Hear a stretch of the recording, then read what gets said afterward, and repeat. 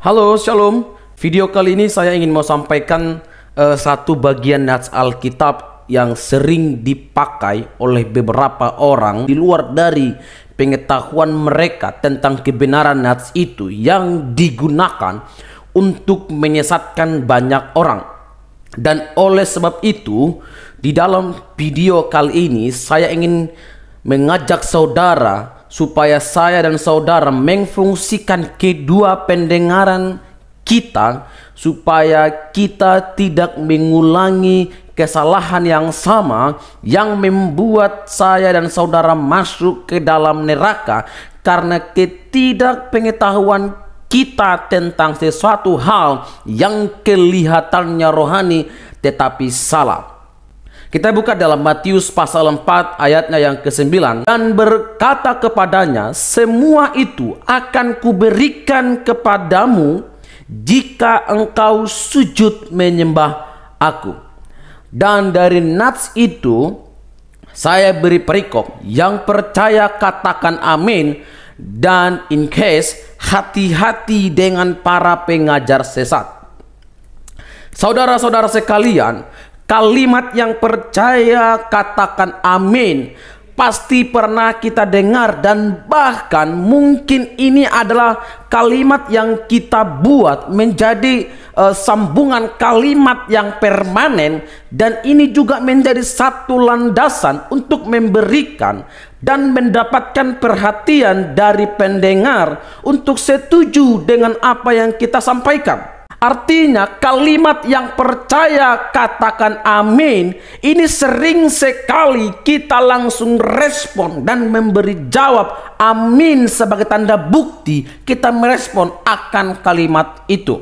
Poin saya adalah dari kalimat yang percaya katakan amin adalah jangan sembarang jawab kalimat itu dengan kata amin yang artinya mengiyakan, setuju, itu benar dan pasti, sebelum kamu mengerti dan tahu dengan benar tentang apa yang disampaikan, sekalipun itu mengutip atau sekalipun kata yang percaya katakan amin dia mengutip ayat Alkitab. Karena itu sangat berbahaya sekali kalau kita langsung jawab amin terhadap pernyataan itu, maka kita setuju dan mengiyakan secara permanen terhadap kesalahan dan kesesatan yang disebarkan oleh si penyampai.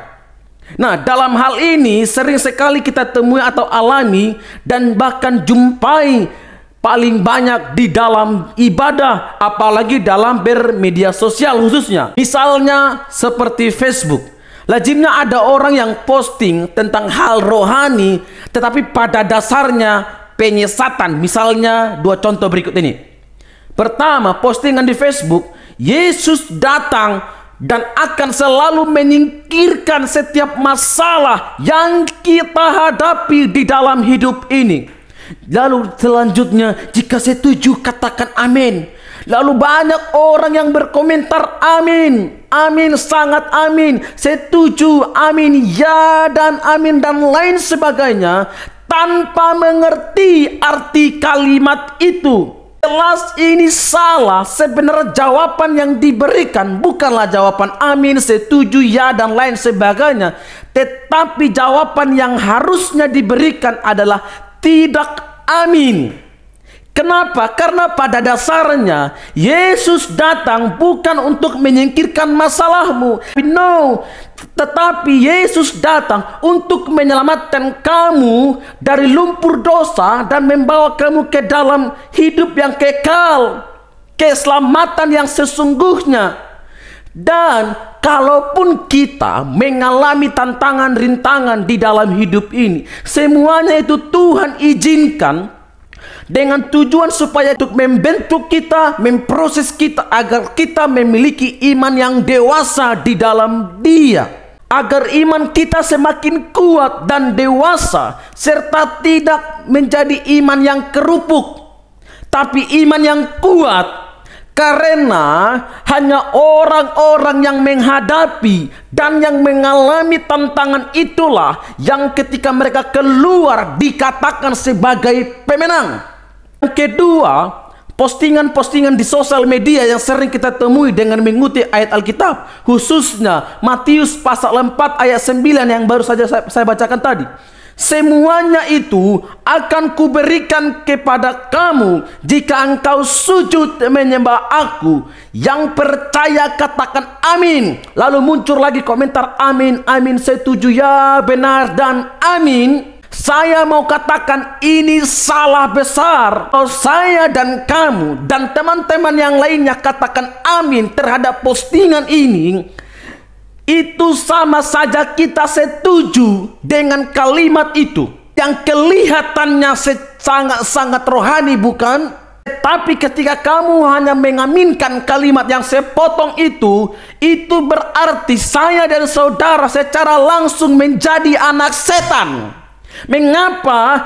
Karena kalau kita membaca ayat sebelumnya, itu adalah merupakan perkataan setan ketika setan atau iblis mencoba Yesus. Di dalam ayat selanjutnya, Yesus mengutuk setan dengan tegas dan sangat keras. Kalau kamu tidak percaya, kita akan baca Matius pasal 4 mulai dari ayat 8 sampai ayat ke-11. Itu perkataan siapa nanti yang ayat 9. Matius pasal 4 ayatnya yang ke-8 sampai ayatnya ke-11. Dan iblis membawanya pula ke atas gunung yang sangat tinggi dan memperlihatkan kepadanya semua kerajaan dunia dengan kemegahannya. Ayat 9, dan berkata kepadanya, garis bawahi dan berkata kepadanya, itu dan berkata kepadanya adalah sambungan kalimat dari ayat 8. Ketika iblis membawa Yesus ke atas gunung, iblis berkata kepada Yesus, semuanya itu akan kuberikan kepadamu jika engkau sujud menyembah aku. Jadi ini adalah merupakan perkataan iblis kepada Yesus ketika iblis mencoba Yesus. Maka berkatalah Yesus kepadanya, enyahlah iblis, sebab ada tertulis, engkau harus menyembah Tuhan Allahmu, dan hanya kepada Dia sajalah engkau berbakti. Ayat 11, lalu iblis meninggalkan dia, dan lihatlah malaikat-malaikat datang melayani Yesus. Jadi ketika you mendengar perkataan semuanya itu akan kuberikan kepadamu jika engkau sujud menyembah aku, lalu dengan cepat kamu merespon ya, amin, setuju dan lain sebagainya, saya mau katakan kamu anak setan, kamu anak iblis, karena kamu mengiyakan apa yang iblis sampaikan. Makanya kamu kebanyakan lebih percaya sama iblis daripada sama Yesus. Harus bertobat. Lalu kita katakan amin, karena itu sifatnya rohani banget. Ini menandakan kamu adalah anak setan dan ikut tergabung dalam penyesat karena kalimat sepotong itu yang di dalam ayat 9. Dan kita juga mendapat bagian atas kutukan yang Yesus sampaikan kepada iblis karena kita mengaminkan perkataan iblis. Dan kita juga harus berhati-hati dengan para hamba-hamba Tuhan yang berkhotbah lalu per 2 menit selalu bilang yang setuju katakan amin, yang percaya katakan amin, tanpa kita pelajari dan perhatikan dengan seksama apa yang ia sampaikan. Karena saya ulangi, karena akan sangat berbahaya jika masih puji Tuhan apa yang ia sampaikan tentang kebenaran. Misal Yesus Kristus adalah anak satu-satunya penolong atas kita, lalu disambung percaya katakan amin, maka kamu katakan amin karena memang hanya Yesus satu-satunya penolong kamu dan penolong saya yang membawa kita kepada keselamatan. Hanya Yesus saja. Yohanes pasal 14 ayatnya yang ke-6. Tetapi kalau dia mengutip, jika engkau sujud menyembah aku, maka semuanya ini akan kuberikan kepadamu, dalam Matius pasal 4 ayat 9 tadi, lalu kamu katakan amin, kamu masuk ke dalam neraka. Kamu masuk dalam neraka. Oleh sebab itu, kamu juga harus berhati-hati ketika kamu mendengarkan khotbah-khotbah. Jangan sampai khotbah yang kamu dengar yang kelihatannya rohani, tetapi membawa kamu ke dalam neraka. Dan terus saya sampaikan, jika kamu ingin menjadi seorang hamba Tuhan, ingin menjadi seorang pemberita Injil, menjadi seorang gembala, kamu harus sekolah. Khususnya sekolah teologi. Karena hanya orang-orang yang mau belajar dan dipenuhi oleh pengetahuan-pengetahuanlah yang akan dipakai oleh Tuhan. Ya, kamu jangan berpatokan tidak perlu sekolah teologi.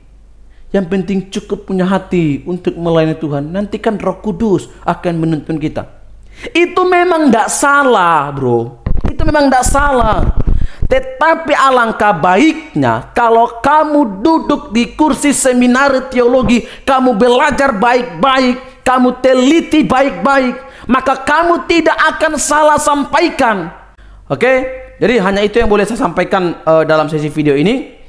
Kiranya video ini menjadi video yang mengedukasi kita agar kita memberikan hati untuk belajar, membaca Alkitab baik-baik dan meneliti setiap nats Alkitab yang akan kita sampaikan.